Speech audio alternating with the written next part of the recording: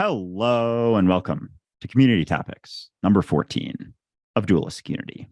I am eternal, perpetually finding the balance between seeing all the dope shit I can do in each and every moment and being super fucking excited about it, and finding patience and recognizing that me rushing it will only take away from my ability to see things clearly and do all the dope shit that I can here and now. And I'm uncertain about the environment that we are doing all that dope shit in. I'm not certain about whether or not I'm a mind experiencing a body or a body experiencing its mind. And I think that the truth is somewhere in between in terms of being both and neither. And I think that that's a perfect segue into what we're going to be talking about today, which is, of course, Community Topics number 14. The voted topics this week were metaphysics and being change. And so we're not going to waste any time. I'm not going to get into any announcements, except for one, of course, that season 4 is starting next week, December 4th. We're going to be live streaming, and we're going to be making that a regular weekly thing. So definitely tune in to our website after December 4th to find our new schedule if you'd like to join us on YouTube or Twitch or Instagram or TikTok Live. That all said, Andrew, you spent the day looking into metaphysics. I know that this is not something necessarily that you've had a lot of experience with growing up Christian, because in Christianity, they have their own type of metaphysics. So I'm really curious to know what you thought of what you explored and what your questions might be. It's an in-depth topic, but I think after we go through some of the weeds, it's going to become much more familiar territory as we go through this episode. So I'm excited for this. Yeah, absolutely. Yeah, I've as you mentioned, and as I told you before, I have been looking into some stuff today because honestly, the specific term metaphysics and the things that were brought up in this suggested topic being chi, chakras, clairvoyance are not things I've necessarily looked into that much. I haven't spent much time specifically looking into all of them. I did at a point before I began sort of waking up to seeing myself more clearly or lack of myself more clearly. I did get into some chakra stuff and looking into that with crystals and whatnot. And so I think it's something that, especially chi being sort of this underlying life force of reality, seems pretty similar to awareness itself. They all resonated pretty quickly with me as I began to look into them. But yeah, so basically, I guess from my understanding, metaphysics are more or less like the foundational principles of reality explained in different ways. They're all sort of branches of the same recognition, being that everything just is. We are awareness experiencing itself, and any division we perceive is rooted in an illusion. But I think what I found with a lot of these things, especially things like chakras, is when they're taken at face value and they're sort of believed in and looked at as something that is something you have to almost work on, as opposed to something that happens, a balancing or an unbalancing of our chakras is simply a response to us not seeing things as clearly. And seeing ourselves as something inherently separate from reality will lead to a quote unquote imbalance in your chakras. But then balancing out your chakras, if it's done for the sake of balancing them, for the sake of improving yourself, I found was similar to doing something like meditation for the sake of improving yourself, as opposed to being a response to letting go more and more of the idea of yourself. All of a sudden, through that, your chakras become more balanced. So it's not so much something to be focused on, similar to Hawkins' scale of consciousness isn't something to be focused on and thought like, oh, I want to get to this level. Because if you're thinking about it through your idea of yourself, it's going to hinder your ability to get to that place. So it's that tricky balance, the paradox of getting somewhere while not needing to get there at the same time, is like a bunch of words that I'm throwing out there related to metaphysics that have been going on in my head all day today. But to throw it back to Ray, because I know you've been, come across these for probably a lot longer, have a little bit more experience with them. I'm curious what your thoughts and or I guess what your definition of metaphysics is and how you see these things on the surface.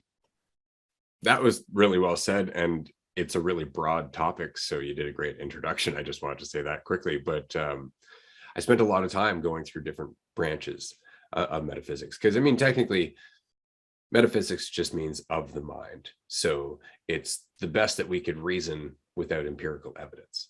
And so a lot of our original questions, is there a God? Why are we here? That kind of thing. That's all a metaphysical argument or a metaphysical question in terms of there's no real way to provide empirical evidence that our answer is correct, regardless of the answer. And so it's everything of the mind. And so when I started learning about, say, chi, when I started learning about chakras and what they symbolize or what they're supposed to symbolize and where they are in the body and so on and so forth. And then you start looking at Qigong, which is very much in the same vein, acupuncture, which also talks about the different energy meridians in the body. And so none of these things are empirically proven.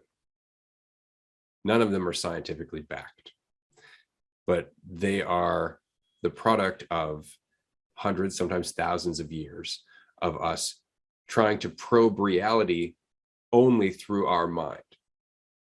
And so, like, the chakras are a great example. You can't find the chakras in your body, right? Because they're quote unquote energy centers.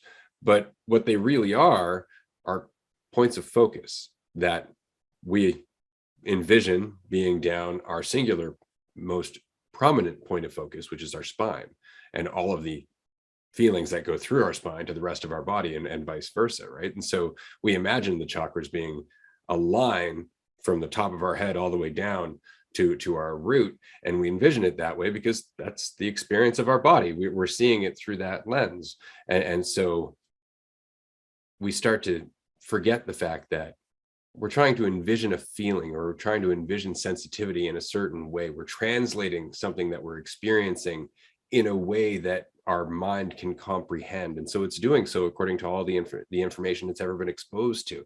And so we forget that. We start to actually think that we're looking at 7 singular points that mean 7 singular different things and have 7 different effects, when in fact it's just a spectrum, as you were saying with Hawkins, right? It's just that our mind interpreted it in that way at some point, and then other people who weren't looking into it with the same degree of depth just went, yeah, there's 7 question answered, and they moved on, right? But the same is true for the personification of deities, right? We'll look at forces in the world and we'll go, oh, the gods are angry, right? Or the gods are happy. Well, that's also metaphysics. That's also our mind trying to figure out a reasonable explanation for the experience that we're having. So it's interesting.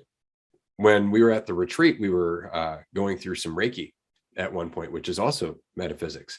Now, the benefits of Reiki have been shown repeatedly, but whether or not you can prove that there is actually a transfer of energy between 2 people is something that I don't think we've learned how to do as yet, right? Not to the degree that these old traditions and these old practices say is happening. Like in Qigong, there's a certain degree of certainty that your body is reacting to the actions of your consciousness when you practice Qigong. A scientific view would have a great deal more skepticism about that because there's no way to quantify that. And so again, it comes down to how much can we use our mind to interpret reality, and where is the danger in that? Because I use that all the time. I love visual representation of insights. I love when things go through my brain as symbolism or metaphor, but I never fall into the trap of thinking, aha, the metaphor is the important part. The metaphor is simply trying to communicate an insight, or rather, it is the vehicle through which an insight is being communicated, right? And so, yeah, I think that metaphysics is a great practice. I think it really just comes down to questioning reality and allowing your imagination to come up with as many insights as it can, unbridled by what we think is real or not real. I think the problem is that we keep settling on answers, as always. Yeah, definitely. That was a common theme that I came across in my, research, my plethora of YouTube video watching that I went through all about chakras and chi and all that stuff. And it was that so many of the videos kind of all said the same thing. Like they were all reading the same script. And as we do constantly on this podcast and in our content and everything, we question all of it. And it just seemed to me like so much of the things that I was learning about, listening to, reading about in my research of this stuff just went completely unquestioned. And it was like, oh, if this is the case, then, you know, if you're going through this experience, it means that this chakra is blocked. And in order to balance it out, you have to do this. And the issue that I felt like I saw in all of it was that it's all being perceived through your idea of yourself. As you mentioned, like all of these exist inside of your mind that has certain experiences and therefore ways that you see the world. And so for you to just say blanket statement, if you're experiencing this chakra is blocked. And it's like to settle on just 7 of them and just be like, this is it, X equals Y and 2 equals 4 and whatever. I don't know what that means, but it's like all of them just had these objective, they were so sure that like, if this is happening, this is blocked. And in order to unblock it, you have to do this and you have to, you know, focus on this and do this meditation and do this breath work practice. And you have to go buy this crystal and put it on your heart. And, you know, that'll clear things up. And it was all of these things that were outside of your idea of yourself. And what I see with everything, all the suffering we experience comes back to our idea of ourself, and how we're perceiving the world is filtered through our idea of ourselves all the time. So all of these metaphysical ideologies and practices are still going to be filtered through your idea of you. And I wasn't sure if I was going to bring up this on today's episode, but I feel like I kind of want to, because I think it's a good example of an experience that I've had where I felt like something was going on with a chakra, and really it was just me dealing with my idea of myself and how I perceived reality through the idea of me. And so I was dealing with some things. I don't have to get into too many specifics, but it was related to sexual energy. And I was dealing with insecurities related to my sexual energy. And so I started getting into, you know, when I'm dealing with something, less so anymore, because I see that it's all rooted in how I'm perceiving things through my idea of myself. But in the past, I would just go crazy in research and go until I figured it out. If it took a day or a week or a month, you know, whatever it was. And so started coming across a lot of chakra videos. And I believe it's the sacral chakra is like your sexual one. It's the one right above the root, kind of in your lower abdomen area. And that's where I was feeling some, whether it's because I came across these videos and saw that that was the location, I was feeling some unease or it's just some restriction in that spot. And I was like, oh, I must have a blocked sacral chakra. And really, it was just, I was perceiving myself in a certain way based on past experiences that I had. And this was the thing that essentially woke me up, was this experience where I recognized that all these things related to sexual experiences and energy and yada, yada, yada, that had happened to me in the past, I was seeing those as tied to my idea of Andrew, my idea of my identity. And I was afraid of them happening again in the future. So something I got caught up on for a little while was, oh, you know, it's not my idea of myself that's the issue. It's that this chakra is blocked and I just have to figure out how to unblock it. So I got some crystals, started doing some shit, and like none of it worked. And this was the week before I woke up. I was literally going through everything from every meditative practice I've ever been through, every gratitude practice, every affirmation, every chakral healing, fucking breath work, whatever you want to do. Like I went through it all, the whole ringer of spiritual stuff, and nothing worked. And finally, I came across something. I've talked about this many times. The experience I had walking through New York, recognized that, you know, maybe I don't have a past in the way that I think. Maybe, you know, I do have a past, but the idea of myself that's rooted in the past isn't the truth of what I am if I've only ever been the awareness of this moment here and now. And that was it. That was the thing. That experience beyond all of the things having to do with the chakras and energy healing and blah, blah, blah. It was my idea of myself that I was holding on to, that I was defining based on all of these past experiences. And as I let that go of being the truth of what I was, all of a sudden I was free. And through that, I'm guessing if I did have a blocked sacral chakra, it got unblocked. But it wasn't because I was focused on it. It was because I let go of my idea of myself as being this inherently separate thing from reality that did it. And so it's a result more so of that experience of letting go, as opposed to something that you have to focus on. And then the letting go happens because you focused on it. It's more the reverse, but most people focus on, the energy spot as opposed to their idea of themselves, which is what they perceive reality through.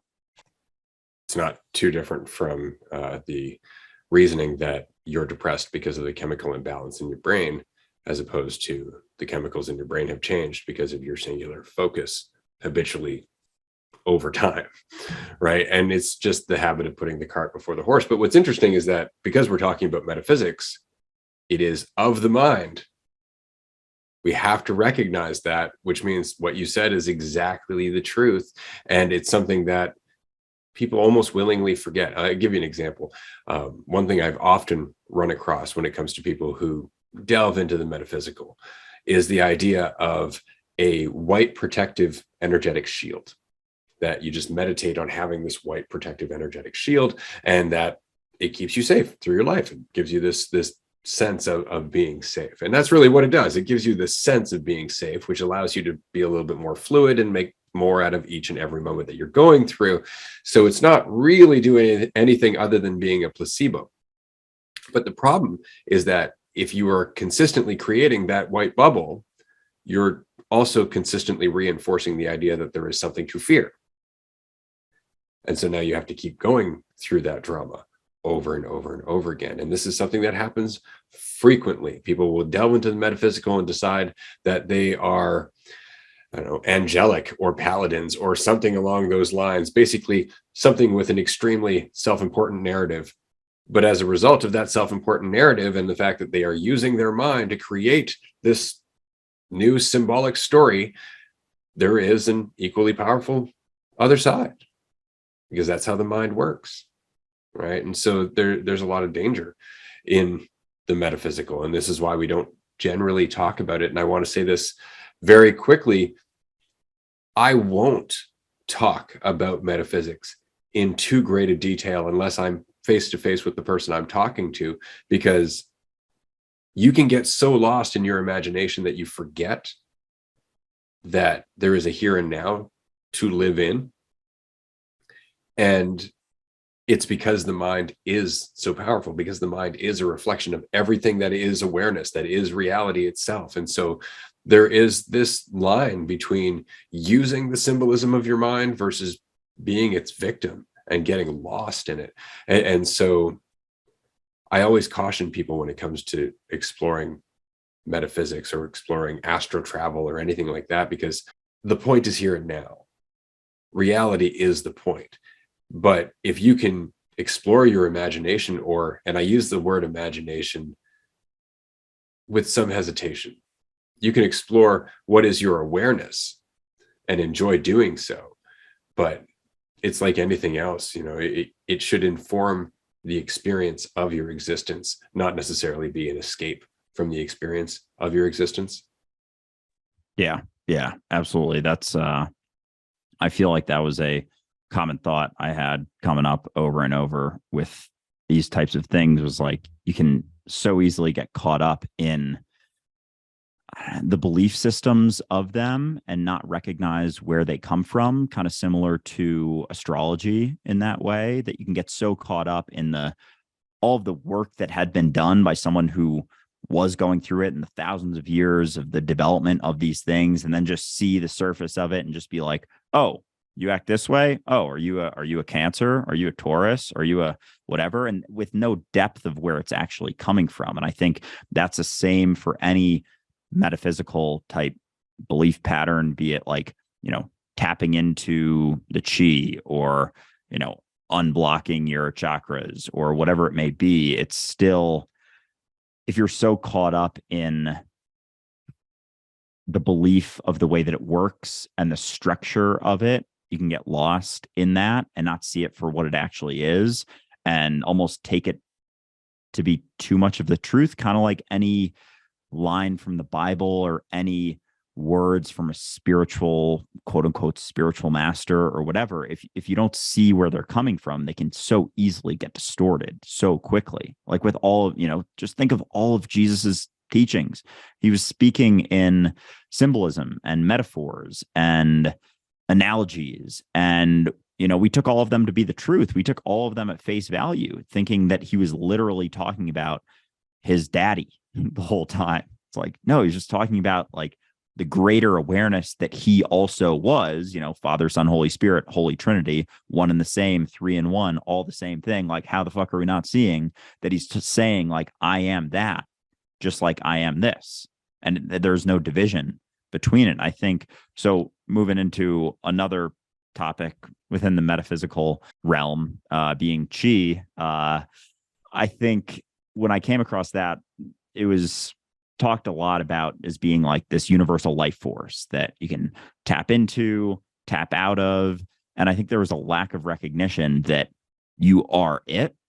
Like, it's something that you can experience, just like you can kind of experience the present moment. Oh, you're not being present right now. And it's like, I get it. When you're caught up in your mind, when you're thinking about the future, thinking about the past, there's like two different sides of being present. There's sort of the recognition that you can't be anything else, but there's also more the surface level of like, worrying about the future, regretting the past. It's like you're not being as present there. But with chi, I never saw it, and I'm sure people did. I just didn't come across videos that were talking about it in the way that like it's intrinsically tied to you. Like, you are that universal life force in every moment. It's not something you tap in and tap out of. There's depth to it. I think there's a deepening of the recognition, a letting go, a peeling back the layers. And the more you peel it back, the more clearly you see it, the more tapped into it you are. But it's not to say that you're ever divided from it. Like, you're always it. And the belief, and I think this is a big reason why the West doesn't prescribe to chi or think about it as much or kind of discounts it, is because it's inherently unifying when you see it for what it is. And Western culture, typically, especially, in the US, that's where I've lived my whole life. That's sort of where I base a lot of my examples off of, is so caught up in identity, so caught up in the belief that duality is the truth, that division is the truth, that how could we possibly prescribe to something like chi that is this universal awareness, this universal life force that is intrinsically tied to everything and everyone? You have to let go a little bit, at least a little bit, of your idea of yourself as being something inherently separate, inherently divided, separate from reality, in order to see it clearly. And so it makes sense to me why chi is not something that's recognized very often in Western culture, in something like Christianity and Catholicism, things like that, because they rely on that perception of division to survive. They need you to see yourself as inherently separate from God, from reality, from everything, in order to, follow them and continue to prescribe to their belief system, as opposed to recognizing the lack of division and the unity that is the truth of everything. Yeah, absolutely. And what's interesting about chi, or the concept of chi, is that it depends on who you're talking to. I know from taking Wing Chun that at one point I had an opportunity to learn Tikbo Sam, which means iron cloth shirt. And basically, it's a form of breathing where you're drawing your chi into different parts of your body to basically bolster your defense. So that way, if you do get hit, it doesn't have the same impact. And going through this, you're thinking to yourself, really? Is this really going to work? And then you watch it actually work, and you have to wonder to yourself, okay, but is that a placebo? Like, is that just my brain making this work? In which case, isn't that exactly what they're saying I'm doing? So you end up going full circle. And it really just comes back down to the difference in how you perceive it, right? So if you perceive it as, I'm using my energy, you can hear all of the ego there. You can hear all of the separation. You can hear all the control, even the possession in that statement. Whereas the experience of chi in a martial art or in a meditation or in a practice like Tai Chi, for example, really translates to attention. Chi is your attention. And where your attention is, energy flows. And that's what they're trying to communicate. You see how it gets lost in the conceptual. It gets lost in this otherworldly kind of esoteric knowledge kind of category, where it should be just a really interesting way of describing what it is we're experiencing subjectively. So I find that really interesting. Same with channelers, right? Channelers, my most common gripe for sure, because channelers are experiencing all these insights, but they're translating it through their perception of themselves, which means they can't be responsible for them because they have a view of themselves, or they are not willing to be responsible for certain insights. And so they have to pass it off to this third party that doesn't really exist. Otherwise, they'd have to apply them and actually change their life. Whereas, if I'm just part-time this channeled being, then that's the only time I really have to be impeccable. The rest of the time I can go back to gambling and boozing, right? Just, it's when I'm in front of people channeling that I have to, really settle into these insights. And that's kind of where it all gets lost. But it really is just how we translate the experience of the mind. And it's always based on what we want to reach for. Like a person, for example, who is looking for a higher power, looking for a bigger rhyme or reason, or a higher intelligence is running the whole show, they will look at a coincidence in a completely different way as somebody who is not looking for that. They will see the exact same thing in a completely different way based on what they need to see. And that's the danger in metaphysics, is need, because that's when you start settling on answers. And that's where all of a sudden your imagination or the content of your awareness is no longer a tool. Now it's a trap, right? And so I think that exploring metaphysics is a great idea, so long as you always come back to the here and now and understand that whatever it is you're going through within your awareness is meant to inform that relationship between the observer and the observed. It's meant to inform your relationship as the here and now. Keep that in mind, and you can gallivant throughout the entire cosmos of your awareness without any concern whatsoever. It's just when you start taking it seriously, when you start self-defining, and when it starts becoming conceptual, and you can feel the undertow immediately upon describing it that way.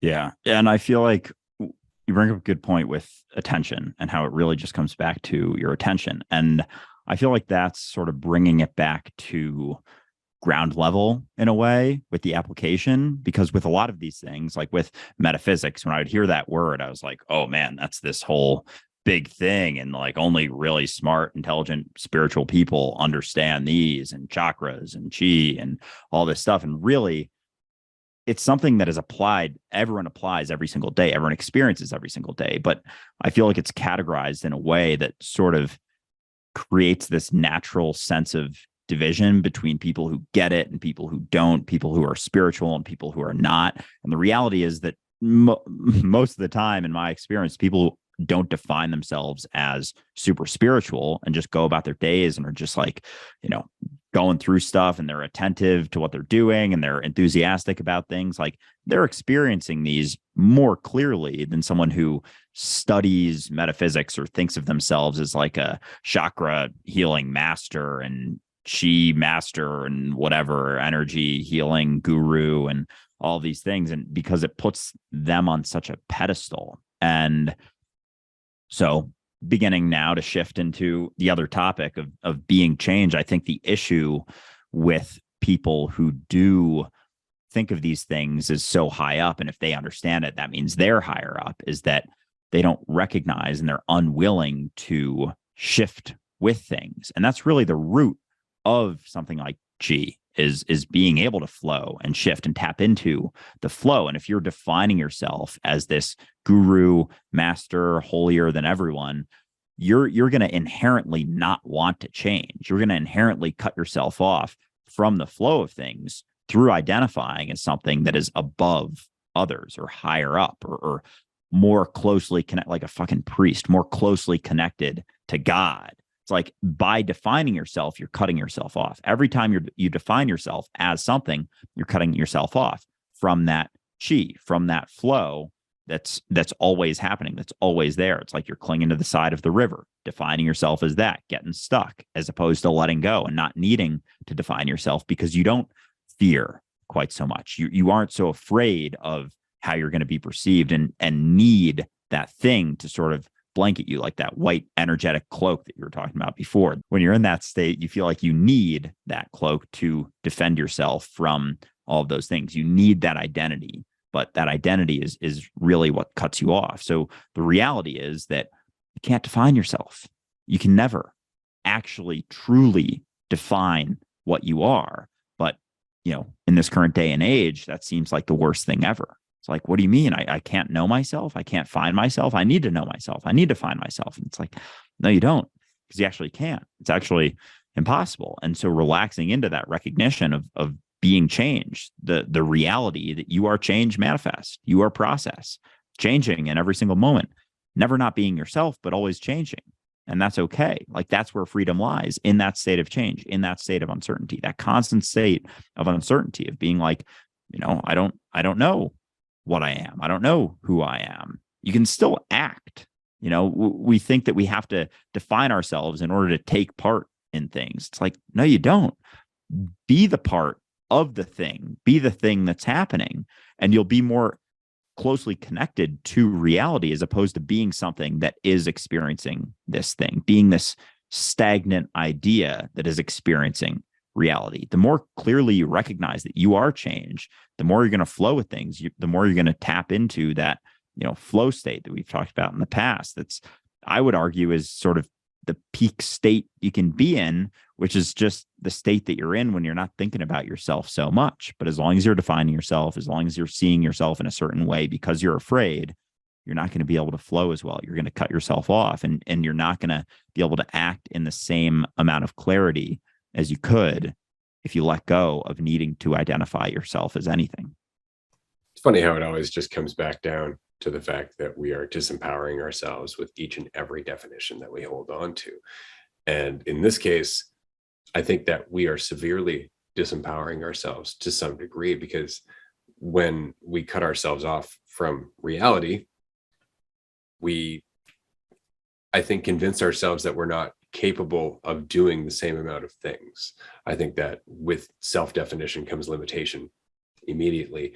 And I think without that limitation, to a very large degree, the placebo effect would be something that we could use a little bit more easily. And so I'll give you a quick example.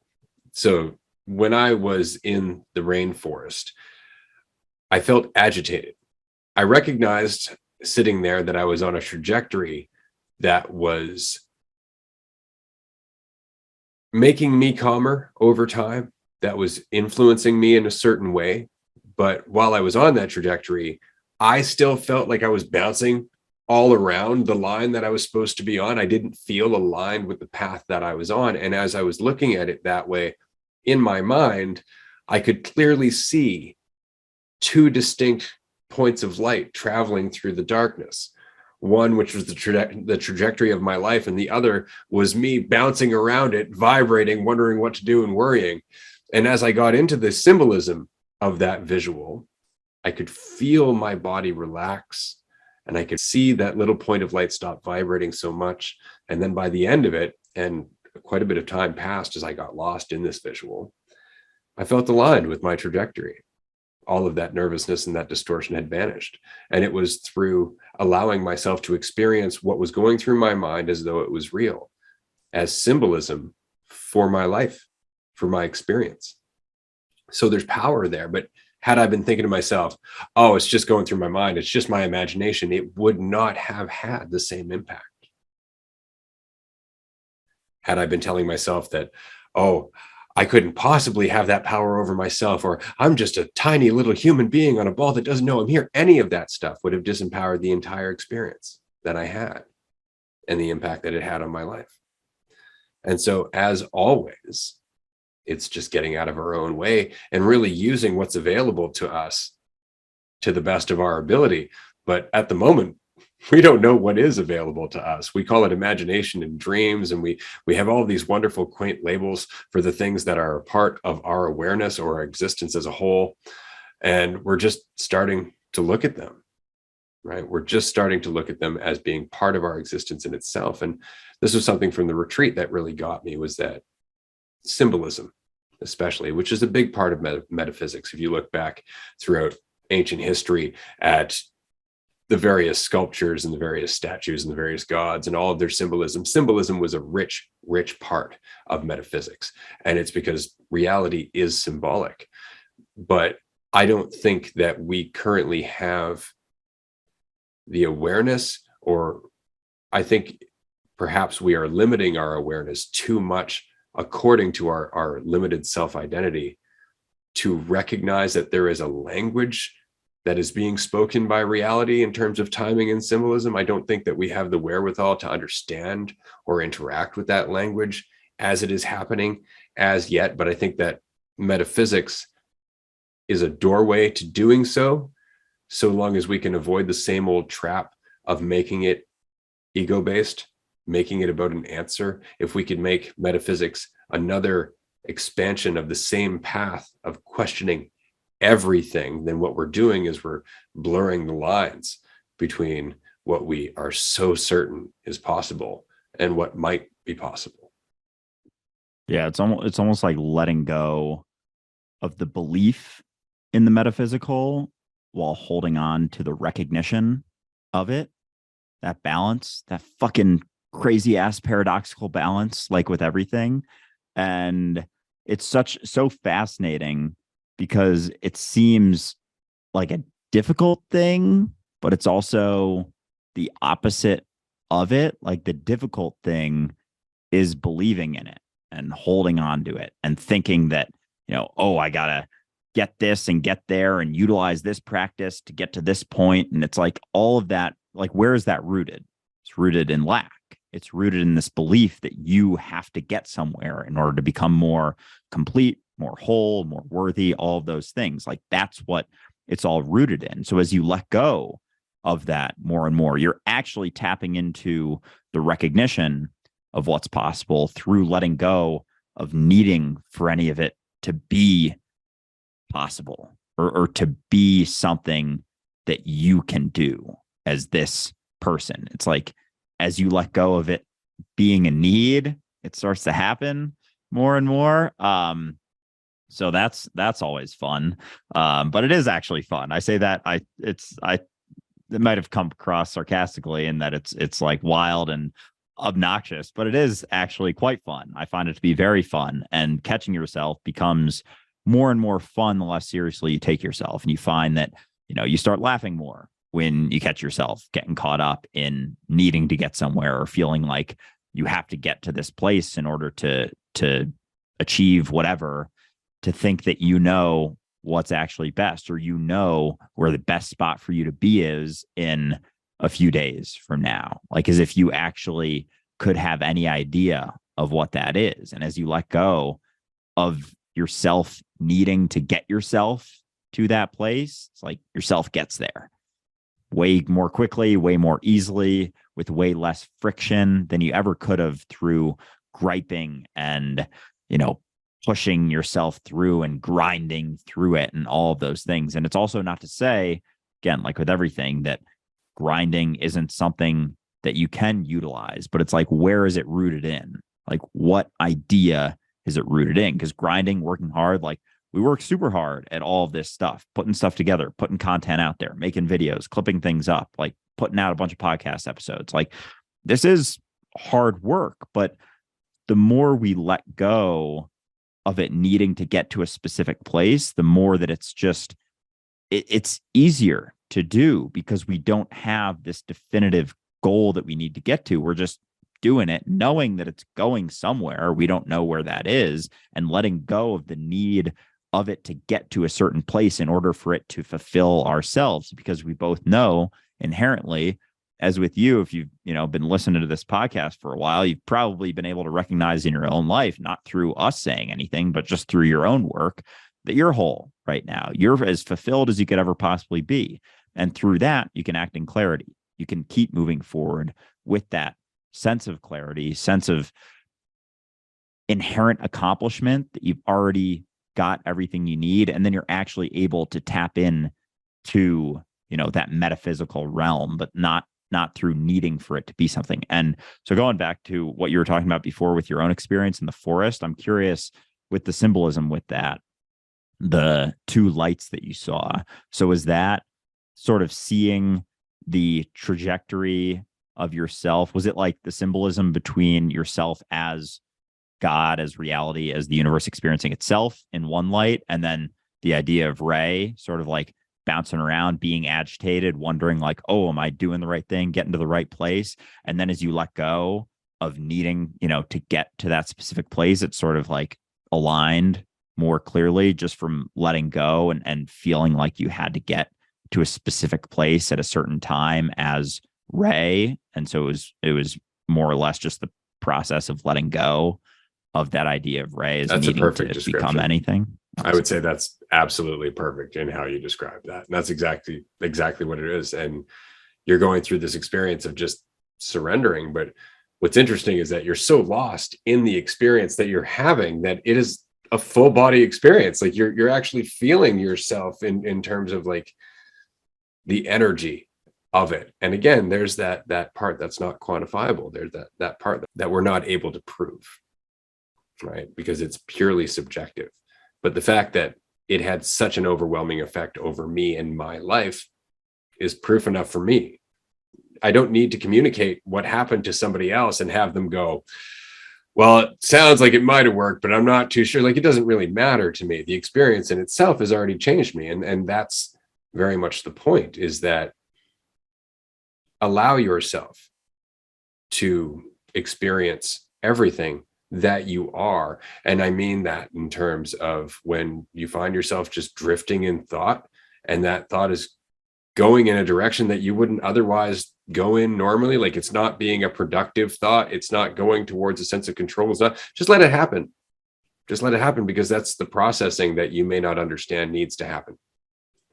Don't interfere. And the more you do that, the more you will start to recognize that those processes become really quite interesting, and they gain a lot of color and a lot of nuance and a lot of depth, because you're no longer getting in the way of them. You're no longer saying what they have to be based on what you're comfortable with. And that's the same with everything we've ever talked about in terms of concepts and thoughts and identity and self-image. It's always just about getting out of the way. I think the only thing that we've really tried to communicate in this episode specifically is that the possibilities should also be questioned. It's worth looking into this for the simple fact that there is so much possibility. We are usually so quick to settle on an answer that one has to wonder what we would find if we weren't so quick to settle on an answer, if we were to actually use this apparently built-in mechanism of our awareness to translate and interpret and experience and be a part of whatever this whole existence thing is. We aren't using that, though. We have this very rigid idea of what is real and what is not, and then we segregate everything that's not real or applicable or going to make us money or get us to the next appointment. And I think because of that, we are limiting the change that we would otherwise embody. Yeah, that is. And going back to just the things I came across in looking into the metaphysical realm, it's like, it seemed like they were all talking from the same script, all of the videos, all of the people that I came across. And as you just mentioned, it really makes me wonder, when we let go of the need to define our limitations, especially the positive limitations. They were talking about, oh, when your chakra is unblocked, when it's blocked, it's this, when it's unblocked, it's this, you're capable of this. It's like, anytime you define that point, it's still a limitation. Like, why do we feel such a strong need to settle on these specific answers, thinking that, oh, this is, peak, this is peak humanity? It's like, what if it's not? What if believing that it is the exact thing that's limiting us from experiencing anything beyond it? What if that's the case? What if? Who knows? I don't know. We're not here trying to prove anything to you. We're just here questioning these with you and having a lot of fun doing it. And not settling on an answer. But yeah, it's really interesting, because some of it you can see where it comes from. I mean, the chakras, for example, they all represent different parts of our awareness, right? Our throat represents communication. the top of our head represents awareness. Like, okay, that makes a lot of sense. That's really not hard to figure out how our mind interpreted this as being symbolic of that part of our existence. Symbolism, again, right? But there are a lot of ways to communicate, and not everybody uses their throat, right? What if you were a mute and you were having problems communicating? Would you still feel it in your throat? I don't know if that's necessarily the case, because for you, the symbolism of communication might be your hands. So perhaps when you're experiencing a quote unquote block in your communication chakra, you'd be feeling it in your hands. Who knows? Right. And it really just comes down to each and every person and their symbolism for their own existence. And that comes through experience and context and exposure and a willingness to explore all of that. And I think that's the biggest danger, as always, is just going, no, it's always this. And in doing that, there's a lot of security. There's a lot of false certainty. We don't have to question anything. There's no ambiguity. There's no gray area. And that's why we do it. As always, that's why we cling to it, right? But again, we know where that goes. It goes here. It's not like we haven't been practicing metaphysics in the way that it's being practiced right now for a long time. It's just that it's always the concept. It's always the practice. It's always the quick fix. It's always, how do I get rid of my anxiety? Oh, you got to clear your chakras. Or you could recognize where the anxiety comes from and address the ego and all the accumulated distortion that goes along with that. And oh, look at that. Your chakras are cleared and you're feeling just fine. It's just putting the cart before the horse. As always, we just want the quick fix so that way we don't have to change. We can just change that which we don't like. Yeah. Like with everything, as we change ourselves, everything else changes. And it's not so much that we have to go outside of anything besides ourselves, including to change the world, to change our environment, to change everything. Change comes through you because you are your environment. You are the world. You are reality. So the only thing you ever have to do is change yourself. And through that, through letting go, it's not even necessarily changing. It's a letting go of the definitive idea of yourself. All of a sudden, boom, your chakras are cleared. You're more aligned with the chi.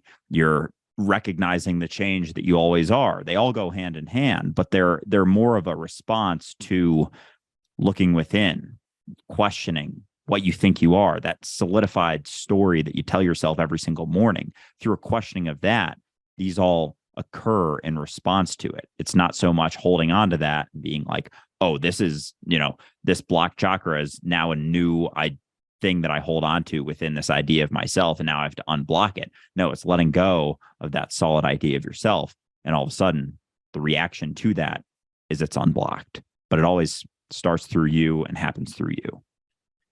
Well, I will say that I am completely satisfied with this introductory conversation about metaphysics and being change, because I think that we've bridged those two topics really well, and that we're going to leave it as is for now. There are a lot of other topics in terms of metaphysics that we could get into. We could start talking about non-physical entities. You've got other dimensions. You got the battle between heaven and hell. You've got all of that fun stuff, demons and angels and whatnot. But we're going to leave that, because again, that is a conversation that I prefer to have in person. So if you do come to a future retreat, by all means, tap me on the shoulder and I'm happy to talk about it there. But for the most part, I just want to finish this off by saying, stay in reality, stay in the here and now. Use your awareness to experience the here and now. Use the entirety of your awareness to translate and filter and learn from and process reality in whatever symbolic way it's going to do that, because you will benefit from doing so. But do remember that it is meant to inform your relationship to the here and now. It is meant to be a tool that can either take you farther and farther from the experience of connection while feeling otherworldly, or bring you closer and closer to the genuine recognition that we are all one, and that reality itself isn't as real as we'd like to think, or at least not in the way that we tend to think. So on that note, we're going to wrap up here quickly. Andrew, any last words? Not really. No, I think we covered all of this very well. I think this is a lot of fun. I think that, as Ray said, stay here, stay now. As fun as these things are to delve into, to talk about, to utilize as, markers or tools or whatever you want to call them, once they become the focus, it distorts your experience. When you think that you have to achieve these things to, become enlightened or open up your third eye chakra or unblock your third eye chakra in order to become enlightened, it's like, let go of that idea, let go of that belief, let go of all the things that you hold on to so tightly and dearly to give yourself that false sense of certainty. And all of a sudden, things tend to play out perfectly, exactly as they should. Thank you for joining us, everyone. We will see you in season 4. Bye, everyone.